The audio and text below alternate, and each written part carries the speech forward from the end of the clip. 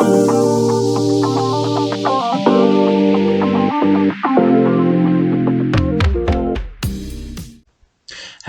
so it's time to do my June 2022 mortgage overpayment update. So if you're new to these videos, my main financial goal is to pay off my mortgage as quickly as possible. I have a property with my partner and we are trying to pay off our mortgage in the next 8 years. So as part of that, we have a plan to overpay our mortgage by at least £1,000 per month.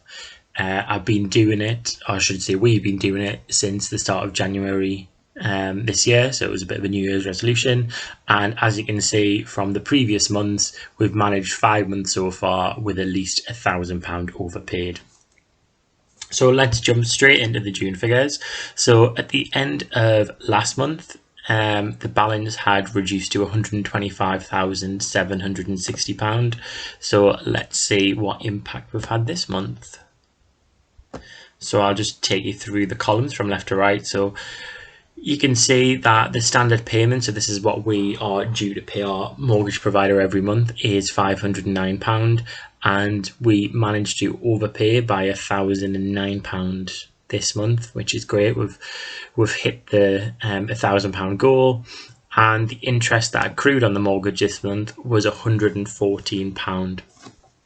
So you might have seen in the news that interest rates are on the rise at the moment, mortgage interest rates. So I was very fortunate that in October time last year, we remortgaged to an interest rate of 1.16%, and we have that fixed for it was 4 or 5 years, so there's around 4.5 years left on that, which is really, really good news, because it means that even though the overall interest rate is rising, because we're on a fixed deal, we won't feel that impact until we come off the end of the deal and remortgage and have to pay a higher rate. But who knows what will happen with interest rates in the next 4.5 years. It may be that it's back down at a less than 2% level. So that's why my interest accruing is so small compared to what other people's mortgages might be who are on that higher interest rate. So that meant that the end balance was £124,357, which is brilliant news because it means that we're under £125,000. I see sort of any 5,000 or 10,000 is a bit of a milestone. So as soon as we get under 125, I think, wow, it's another milestone, another success. And yeah, the balance paid off this month was quite similar to the previous month, so that's £1,400 that came off the mortgage balance once we'd taken into account the interest that was accrued. So how do I feel about this month? Well, I've actually talked to my partner about this, because between us, I'm the one who's been more sort of driving this journey, because I've seen the numbers and I think, we could set ourselves up well for the future if we get rid of the mortgage. And now that we've reached 6 months, my partner actually said to us, look, it seems as if this is possible, like we are actually doing it. We've went 6 months and overpaid £1,000 a month. I think they're coming on board with it a lot more now, and they're very enthusiastic about it, and they talk about it without me bringing it up, which is great news. I think it's always a challenge in a relationship if you've got two people who have different approaches to money. And I think anecdotally, from what I've seen, you normally have someone in the relationship who's more of the saver and someone who's more of the spender, because I think having a balance is good. I wouldn't want us both to be like me and be very on the savings front, because there's that risk there that we wouldn't enjoy ourselves and enjoy our youth. But similarly, I wouldn't want to both be in a relationship where we are both spenders, because that can get quite out of hand. So it's quite a good balance, and yeah, I'm really, really proud of the two of us that we're on this journey together, and yeah, we're excited about where it's gonna lead. I think a lot of this overpaying our mortgage is really about being kind to our future selves. Now that sounds a bit strange, but I like to think of it that the £1,000 extra that we pay now is a month's worth of income that we don't have to earn potentially later on in our life. So, you know, when we're thinking about retiring, if we don't have a mortgage, then it makes those retirement thoughts a lot easier than if we did have a mortgage. So yeah, enough of my waffling. I'll just move on to the total figures at the moment that we have. So we started the year with 132,824 on the mortgage. The standard payments we paid were 3,000. So for 6 months, we paid £3,000 of standard payment to the mortgage company, and we've overpaid by 6,000. So yeah, it's quite a strange feeling, like paying more on overpayments than the actual standard payment. But you can see, as I'll explain, that it's had a dramatic impact on the actual balance. So yeah, the interest accrued is £732, which is quite reasonable, really.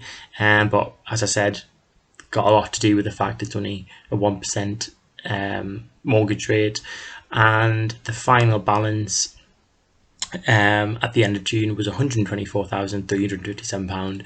So we've actually, in the first 6 months of this year, managed to knock off just under £8,500 from the mortgage balance. Now, I treat this as like we've saved £8,500. It's a bit like you know, people have different views on this, but my personal view, how I view my finances, is that, you know, this is capital that we've put into the house. You know, we previously, the bank owned that £8,500 of our property, but now we own that £8,500. Now, obviously, it's an asset which could go down in value, so it's, you know, we may not have £8,500 that comes out of it if property prices do go down, but still, you know, we could have easily frittered away the £6,000 that we overpaid. You know, we could have easily spent that somewhere without realising, but instead we've put it to our mortgage, which I'm really, really proud of. And yeah, the final stats I'll talk through. So the percentage of the mortgage that we've paid off in 2022. So for the denominator, I've used the actual starting balance. So of the amount that we started with at the start of the year, we paid off 6% of that in total, which is great news. And the one that I'm really, really proud of at the moment is this total overpayment so far.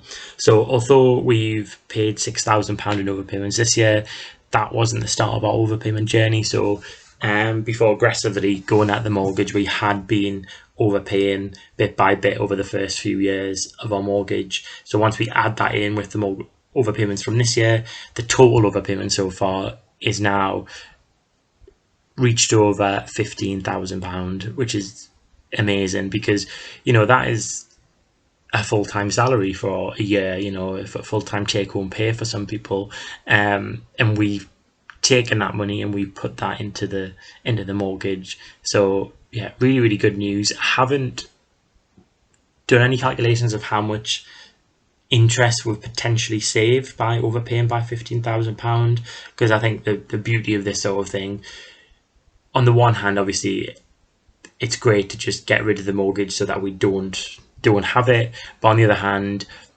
it's not really on the other hand, it's on the same hand, but another point is that amount that we've overpaid, if we hadn't overpaid, that would have been accrued interest on the mortgage. So we've got a 1% rate at the moment, so for 1 year it would be 1% of £15,422 that we've saved by overpaying. And then you could project in the future by thinking, well, if we came off this fix at the end of 5 years and we had to pay a 3% interest rate, then potentially we would be saving 3% of £15,422. And that would be like 1 year's saving. And then you add up all those years, and at the end of a 25-year mortgage, say, you'd have the overall saving from overpaying. So I haven't done that calculation yet. I'll probably leave it until the end of the year, and then I'll have a go at doing the calculation. The problem with it is just that there's a lot of assumptions about future interest rates, because at the moment you might say, well, you haven't actually saved too much in interest because you're at a low rate, which is true, but who knows what interest rates are going to do in the next 10 years. If they did go up, if they went up to 5%, 6%, that's quite a big saving that you make by overpaying. But yeah, that's just a bit of a play around I can have with the numbers over the next few months. So yeah, that's the June figures. So what are the goals for the next year? Well, for the rest of the year, I'm going to be trying for us to overpay by that £1,000 per month, continue on with that.